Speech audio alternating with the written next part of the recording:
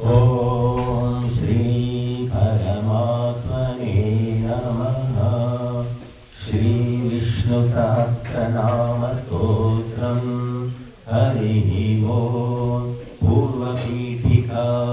शुक्लांबरधरं विष्णुं शशिवर्णं चतुर्भुजं प्रसन्नवदनं ध्यायेत् सर्वविघ्नोपशान्तये। व्यासं वसिष्ठनप्तारं शक्तेः पौत्रमकल्मषं पराशरात्मजं वन्दे सुखतातं तपोनिधिं। व्यासाय विष्णुरूपाय व्यासरूपाय विष्णवे नमो वै ब्रह्मनिधये वासिष्ठाय नमो नमः। अविकाराय शुद्धाय नित्याय परमात्मने सदैकरूपरूपाय विष्णवे सर्वजिष्णवे। यस्य स्मरणमात्रेण जन्मसंसारबन्धनात् विमुच्यते। नमस्तस्मै विष्णवे प्रभविष्णवे। नमः समस्तभूतानामादिभूताय भूभृते अनेकरूपरूपाय विष्णवे प्रभविष्णवे। ॐ नमो विष्णवे प्रभविष्णवे। वैशम्पायन उवाच श्रुत्वा धर्मानशेषेण पावनानि च सर्वशः युधिष्ठिरः शान्तनवं पुनरेवाभ्यभाषत।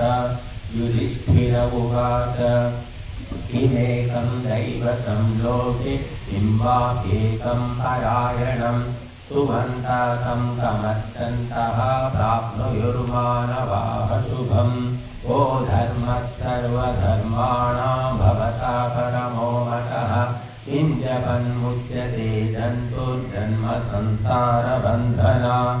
भीष्म उवाच जगत्प्रभुं देवदेवम् अनन्तं पुरुषोत्तमं सुबन्नाम सहस्रेण पुरुषः सततोत्थितः तमेव चार्चयन् नित्यं भक्त्या पुरुषमव्ययम्। ध्यायन् स्तुवन्नमस्यश्च यजमानस्तमेव च अनादिनिधनं विष्णुं सर्वलोकमहेश्वरं लोकाध्यक्षं स्तुवन्नित्यं सर्वदुःखातिगो भवेत्। ब्रह्मण्यं सर्वधर्मज्ञं लोकानां कीर्तिवर्धनं लोकनाथं महद्भूतं सर्वभूतभवोद्भवम्। एष मे सर्वधर्माणां धर्मोऽधिकतमो मतः यद्भक्त्या पुण्डरीकाक्षं स्तवैरर्चेन्नरः सदा। परमं यो महत्तेजः परमं यो महत्तपः परमं यो महद्ब्रह्मा परमं यः परायणं पवित्राणां पवित्रं यो मङ्गलानां च मङ्गलम्। दैवतं देवतानां च भूतानां यो व्ययः पिता यतः सर्वाणि भूतानि भवन्त्यादियुगागमे। यस्मिंश्चाप्रलयं यान्ति पुनरेव युगक्षये तस्य लोकप्रधानस्य जगन्नाथस्य भूपते। विष्णो नाम सहस्रं मे शृणु पापभयापहम्। यानि नामानि गौणानि विख्यातानि महात्मनः ऋषिभिः परिगीतानि तानि वक्ष्यामि भूतये। ऋषिर्नाम्नां सहस्रस्य वेदव्यासो महामुनिः छन्दोनुष्टुप् तथा देवो भगवान् देवकीसुतः। अमृतांशोद्भवो बीजं शक्तिर्देवकीनन्दनः। त्रिसामा हृदयं तस्य शान्त्यर्थे विनियुज्यते। विष्णुं जिष्णुं महाविष्णुं प्रभविष्णुं महेश्वरम् अनेकरूपदैत्यान्तं नमामि पुरुषोत्तमम्। अस्य श्रीविष्णोर्दिव्यसहस्रनामस्तोत्रमहामन्त्रस्य श्रीवेदव्यासो भगवान् ऋषिः अनुष्टुप्-छन्दः।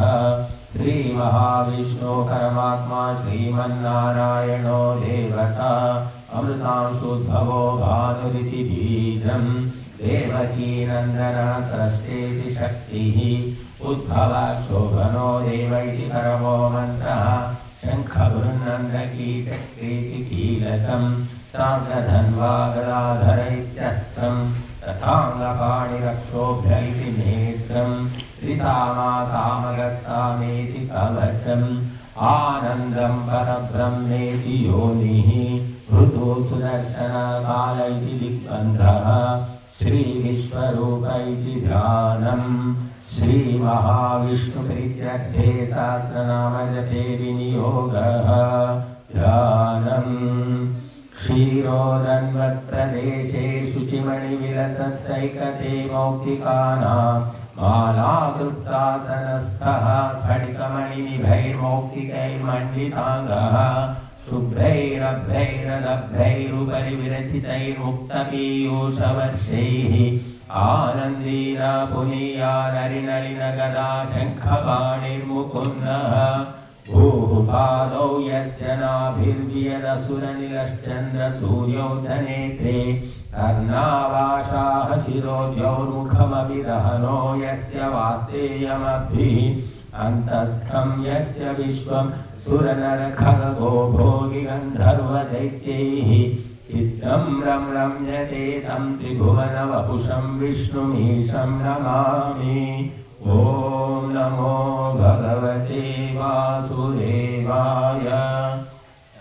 शान्ताकारं भुजगशयनं पद्मनाभं सुरेशं विश्वाधारं गगनसदृशं मेघवर्णं शुभांगं लक्ष्मीकान्तं कमलनयनं योगिहृद्यानगम्यं वन्दे विष्णुं भवभयहरं सर्वलोकैकनाथं मेघश्यामं पीतकौशेयवासं श्रीवत्साङ्गं कौस्तुभोद्भासिताङ्गं पुण्योपेतं पुण्डरीकायताक्षं विष्णुं वन्दे सर्वलोकैकनाथं नमः समस्तभूतानामादिभूताय भूभृते अनेकरूपरूपाय विष्णवे प्रभविष्णवे सशङ्खचक्रं सकिरीटकुण्डलं सपीतवस्त्रं सरसीरुहेक्षणं सहारवक्षस्थलशोभिकौस्तुभं नमामि विष्णुं सक्षिरसा